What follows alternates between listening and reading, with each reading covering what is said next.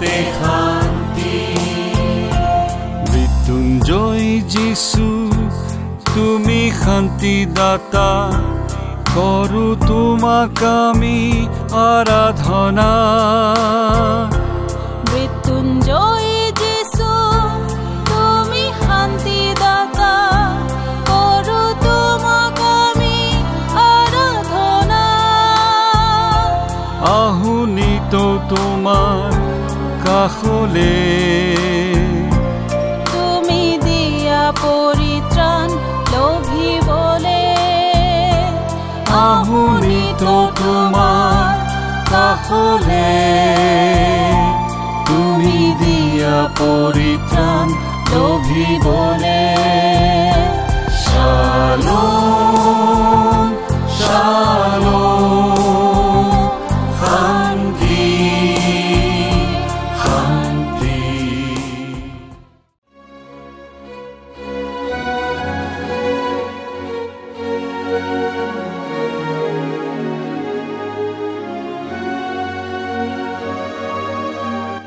সকলোলৈ খ্ৰীষ্টীয় প্ৰেমৰ নমস্কাৰ জনাই এই ধাৰাবাহিক বাইবেল অধ্যয়ন অনুষ্ঠানটিলৈ আদৰণি জনাইছোঁ।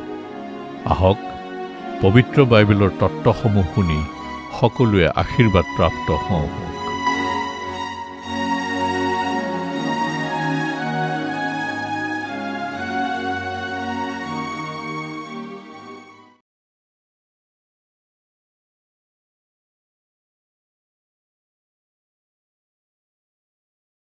নমস্কাৰ।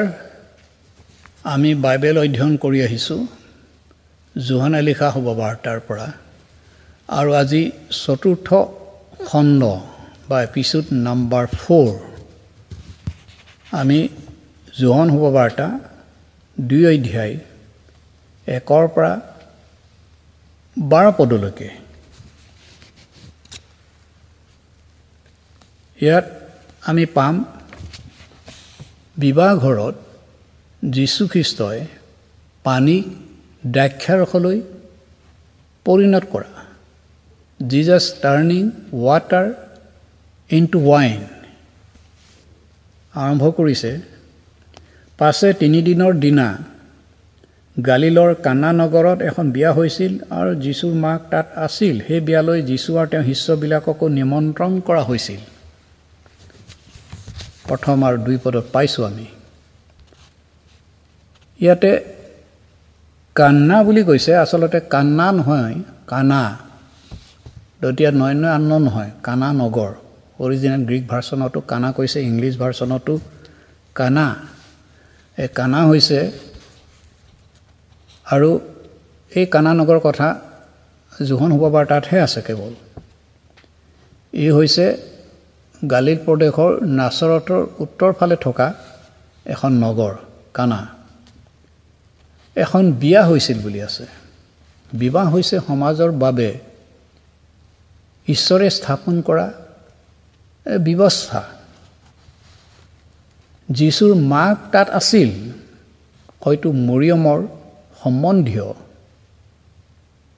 এই বিবাহৰ পৰিয়াল, আৰু তাত তেওঁ আতিথ্যৰ বিশেষ ভূমিকা আছিল। ৰিচিপশ্যনিষ্ট হিচাপত আলহী দুলহী আহিব, তেওঁলোকক সোধ-পোছ কৰা, খোৱা বোৱা, এইবিলাক খা খবৰ ৰখা, তেনেকুৱা এটা ৰোল ভূমিকা যীশুৰ মাক মৰিয়মৰ আছিল তাত। সেই বিয়ালৈ যীশু আৰু তেওঁৰ শিষ্যবিলাককো নিমন্ত্ৰণ কৰা হৈছিল। আমি পাঠ কৰিলোঁ। যীশুক নিমন্ত্ৰণ কৰিছে বিয়া ঘৰলৈ, শিষ্যবিলাকক। যীশু বৈৰাগী নহয়, তেওঁ বৈৰাগ্য জীৱন যাপন কৰা নাছিলে। অৰ্থাৎ তেওঁ সংসাৰ ত্যাগ কৰি এৰি কিবা গেৰুৱা কাপোৰ পিন্ধি পাহাৰে পৰ্বতে ঘূৰি ফুৰা তেওঁ তেনেকুৱা ব্ৰহ্মচাৰী তেওঁ নাছিল। তেওঁ সংসাৰত থাকি, মানুহৰ লগতেই থাকি তেওঁ ঈশ্বৰৰ সেৱা, ঈশ্বৰৰ পৰিচৰ্যা কৰিছিল। বিয়ালৈ তেওঁ নিমন্ত্ৰিত হৈছিল, আৰু তেওঁ সদল বলে অৰ্থাৎ শিষ্যসকলক লৈ তেওঁ বিবাহ ঘৰত উপস্থিত হৈছিল, নিমন্ত্ৰণ ৰক্ষা কৰি। আজি আমাৰ বহুতৰ বিবাহ হয়, অনেক আলহী দুলহী নিমন্ত্ৰণ কৰে, ভাল কথা। যীশুৰ আশীৰ্বাদ বিচাৰেনে? প্ৰাৰ্থনাৰে যে সেই বিবাহ ঘৰত যীশু মুখ্য অতিথি হওক, তেনে প্ৰাৰ্থনা আছেনে? আজি বিবাহবিলাকত নিজে নিজক অধ্যয়ন কৰোঁ হওক আমি। বিবাহ তেওঁ জানে, যীশুৱে জানে যে ঈশ্বৰে দিয়া পবিত্ৰ বিধি আৰু যীশুখ্ৰীষ্টই ইয়াক মৰ্যাদা দিছে, অনাৰ কৰিছে, আৰু সেয়ে তেওঁ নিজে গৈ উপস্থিত হৈছে শিষ্যসকলৰ লগত। যীশুৱে মৰ্যাদাবান কৰিছে বিবাহ। হি অনাৰ্ড মেৰিজ, কাৰণ তেওঁ জানে যে পিতৃ ঈশ্বৰে দিয়া এটা পবিত্ৰ বিধি হয়, আৰু তেওঁ সন্মান কৰিছে, তেওঁ নিমন্ত্ৰণ গ্ৰহণ কৰিছে, তাত গৈ উপস্থিত হৈছেগৈ। তাৰপিছত কৈছে দ্ৰাক্ষাৰস তাকৰ সোৱাদ। ইয়াত দ্ৰাক্ষাৰস মানে আমি বহুতে ভুল বুজোঁ, তাৰ মানে এতিয়া আমাৰ বজাৰত উপলব্ধ হোৱা মদ, ৰম, হুইস্কি, ব্ৰাণ্ডি, লিকাৰ, এইবিলাক এনেকৈ ধৰণে বুজিলে ভুল হ'ব। কাৰণ এই দ্ৰাক্ষাৰস পান কৰি ইয়াত নিচা হ'বৰ কাৰণে নহয়, ই হৈছে সুস্বাদু পানীয় স্বৰূপে গ্ৰহণ কৰা হয়। It is not alcoholic and unfermented and non-alcoholic. ইয়াক দ্ৰাক্ষা বা আঙুৰ পেৰি তৈয়াৰ কৰা হয়, আঙুৰ গ্ৰেপছ। তদুপৰি সেই কালত ধৰ্মগুৰুসকলে দ্ৰাক্ষাৰস আনন্দৰ চিন বুলি ভাবিছিল। অতিথি আপ্যায়ন কৰা দ্ৰাক্ষাৰস অন্ত পৰিলে গৃহস্থৰ বাবে অতি লাজৰ বিষয় হৈ পৰিব। যিসকলক নিমন্ত্ৰণ কৰা হৈছিল যে তাকৰ হৈছে বা নাইকিয়া হৈ গৈছে, অতি লাজৰ কথা হ'ব। তেনেকুৱা এটা লাজৰ অৱস্থাৰ পৰা যীশুৱে কেনেকৈ মিৰাকল আচৰিত কাম কৰি সেই পৰিয়ালটিৰ সন্মান ৰক্ষা কৰিলে। আপোনাৰ আমাৰ জীৱনতো তেনেকুৱা লজ্জাজনক অৱস্থা মুহূৰ্ত আহি পৰিব পাৰে। বিশ্বাস ৰাখক, যি যীশুৱে পানীক দ্ৰাক্ষাৰসলৈ পৰিণত কৰিছিল, আপোনাৰ সেই লাজ পৰিৱৰ্তন কৰি আপোনাৰ জীৱনলৈ সন্মান, সুনাম আনিব পাৰে। যীশুৰ তেনে ক্ষমতা আছে, শক্তি আছে। যীশুৰ মাকে তেওঁক ক'লে, দ্ৰাক্ষাৰস নাইকিয়া হোৱাত মৰিয়মে যীশুক ক'লে, দ্ৰাক্ষাৰস নাইকিয়া হৈ আহিছে, মৰিয়মে আহি যীশুক কৈছে। ইয়াতে আমি বুজিব পাৰোঁ অভাৱৰ কথাটোক যীশুক জনোৱা, এইটো আনৰ বাবে প্ৰাৰ্থনা কৰা, ইণ্টাৰচেছৰী প্ৰেয়াৰৰ লগত আমি ৰিজাব পাৰোঁ। ইণ্টাৰচেছৰী মানে কি? ইয়াত এই ক্ষেত্ৰত বিয়া ঘৰত সমস্যা হৈছে, দ্ৰাক্ষাৰস টুটি আহিছে, নাইকিয়া হৈ আহিছে। সেই সমস্যাটো মৰিয়মে সমাধান কৰিব নোৱাৰে, তেওঁ আহি যীশুক কৈছে। আমাৰ ওচৰে পাজৰে থকা বহুত সমস্যা থাকিব পাৰে, আমি সমাধান কৰিব নোৱাৰোঁ। আমি প্ৰাৰ্থনাৰে ঈশ্বৰক জনাব পাৰোঁ, যীশুৰ ওচৰত জনাব পাৰোঁ। এইটো ইণ্টাৰচেছন বুলি কোৱা হয়, আনৰ কাৰণে নিবেদন কৰা, প্ৰাৰ্থনা কৰা। ইয়াত আমি পাইছোঁ মৰিয়মৰ ৰোলটো, যে মৰিয়মৰ ভূমিকা। তেওঁ যীশুৱে ক'লে, সেই নাৰী। যীশুৱে মাকক কিয় নাৰী বুলি মাতিলে?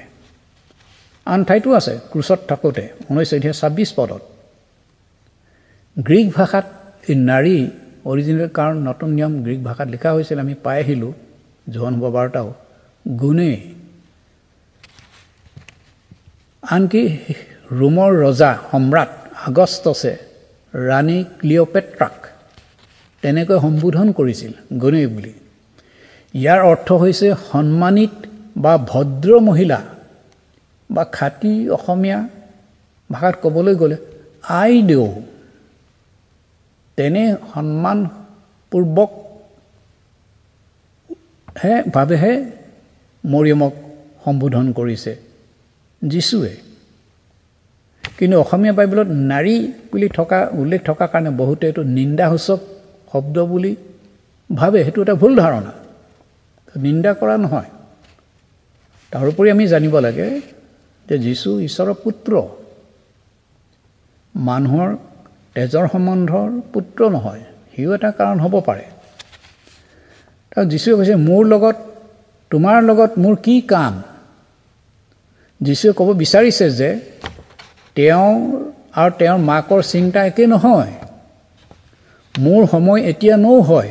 যীশুৱে কৈছে যোহন শুভবাৰ্তাত তেওঁ মৃত্যু আৰু পুনৰুত্থানৰ যোগে পুনৰ ঈশ্বৰৰ মহিমালৈ ঘূৰি যোৱাৰ সময় বুজায়। পিছে ইয়াত আচৰিত কাৰ্যৰ যোগে তেওঁৰ আত্মপ্ৰকাশৰ সময় হোৱা নাই তেনে অৰ্থত বুজাইছে। আকৌ মৰিয়মে ক'লে, তেওঁ দাসবিলাকক কৈছে তহঁতক যিহকে কয় তাকে কৰিবি হওক, অৰ্থাৎ যীশুৱে যিহকে কয় তাকে কৰিবি হওক। আৰু যীশুৱে ক'লে মঠিয়াকেইটা পানীৰে পূৰ কৰা, আৰু দাসবিলাকে তেনেকৈ পানীৰে পূৰ কৰিলে। আকৌ যীশুৱে ক'লে এতিয়া উলিয়াই ভোজৰ গৰাকীলৈ নিয়া। ইয়াতে আমি এই দাসবিলাকৰ যিটো বাধ্যতা, মৰিয়মে ক'লে যিহকে কয় তাকে শুনিবি, যীশুৱে ক'লে মঠিয়াকেইটাক পানী ভৰোৱা, পানী ভৰালে।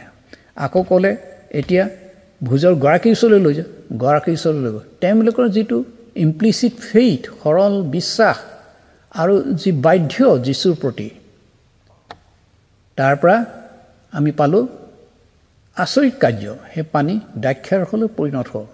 আপুনি যদি যীশুৰ প্ৰতি তেনে বিশ্বাসী, বাধ্য হয়, আপোনাৰ জীৱনত অতি মহৎ আৰু আচৰিত কাৰ্য ঈশ্বৰে সাধন কৰিব পাৰে। তাৰপিছতে পানীৰ দ্ৰাক্ষালৈ পৰিণত হৈ কাৰ্যক আচৰিত চিন বুলি কৈছে। ইয়াত আচৰিত কাৰ্য বুলি কোৱা নাই। আৰু যীশুৰ মহিমা প্ৰকাশ হ'ল বুলি কৈছে। তেওঁ আচৰিত কাৰ্য কৰাৰ ক্ষমতা আৰু ঈশ্বৰক এই ক্ষমতাৰ দ্বাৰা ঈশ্বৰক প্ৰকাশ কৰিলে। যীশু যে মচীহ হয়, শিষ্যবিলাকে তাকে দেখি যীশুত বিশ্বাস স্থাপন কৰিলে। যোহন শুভবাৰ্তাত আচৰিত কৰ্মৰ সলনি চিন ব্যৱহাৰ কৰিছে। চাইন। এই চাইন বা চিন গ্ৰীক ভাষাত চিমিয়ন বুলি উল্লেখ কৰিছে। আৰু ইয়াৰ উদ্দেশ্য হৈছে এনে কাৰ্যৰ যোগেদি মানুহে যে খ্ৰীষ্টৰ বিশ্বাস স্থাপন হয় আৰু অনন্ত জীৱনৰ ভাগী হ'ব পাৰে, তেনে অৰ্থত চিন বা চাইন ইংৰাজীত, গ্ৰীক ভাষাত চিমিয়ন বুলি কৈছে। অৰ্থাৎ যোহনে আচৰিত কাৰ্যতে গুৰুত্ব দিয়া নাই। কিহত গুৰুত্ব দিছে? ঈশ্বৰৰ সত্যতা আৰু মহিমাত গুৰুত্ব দিছে। ইয়াৰ যোগে যে মানুহৰ মন জাগৃত হয়, সজাগ হয় আৰু খ্ৰীষ্টৰ বিশ্বাসলৈ আহিব পাৰে। সেইকাৰণে যোহনৰ শুভবাৰ্তাত চিন বুলি ব্যৱহাৰ কৰিছে, মিৰাকল, আচৰিত কাৰ্যটো। বিশ্বাসীৰ বাবে এইটো শিক্ষা যে যীশুৱে আমাৰ অভাৱ পূৰাব পাৰে। ইয়াত যেনেকৈ অভাৱ, দ্ৰাক্ষাৰসৰ অভাৱ ঘটিল, যীশুৱে মিৰাকুল কৰিলে, আচৰিত বা চিন পানী দ্ৰাক্ষাৰসলৈ পৰিণত কৰিলে। আপোনাৰ আমাৰ জীৱনত আচৰিত কাৰ্য সাধন কৰিব পাৰে, কাৰণ তেওঁৰ নাম আশ্চৰ্য। His name is wonderful. Isaiah 9:6 আমি পাইছোঁ। দ্ৰাক্ষাৰস সোৱাদযুক্ত পানীয় হয়। যীশুৱে মানুহৰ জীৱনত পৰিৱৰ্তন সাধি জীৱনটো সুন্দৰ আৰু মধুৰ কৰি তুলিব পাৰে। আপোনাৰ জীৱনত শান্তি আছেনে?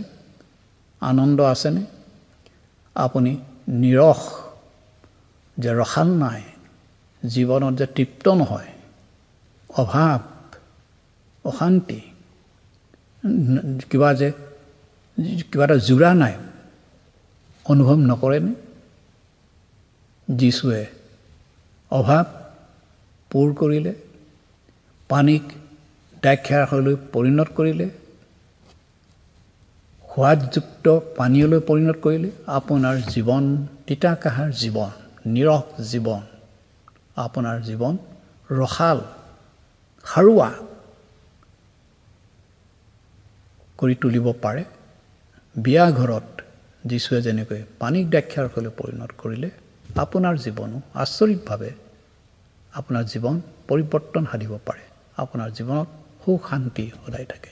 তেনে কাৰ্য যীশুৱে কৰিব। এই শিক্ষাও আমি এই শাস্ত্ৰ অংশৰ পৰা পাওঁ। প্ৰভুৱে আপোনাক সকলোকে অনুগ্ৰহ আশীৰ্বাদ কৰক। ধন্যবাদ।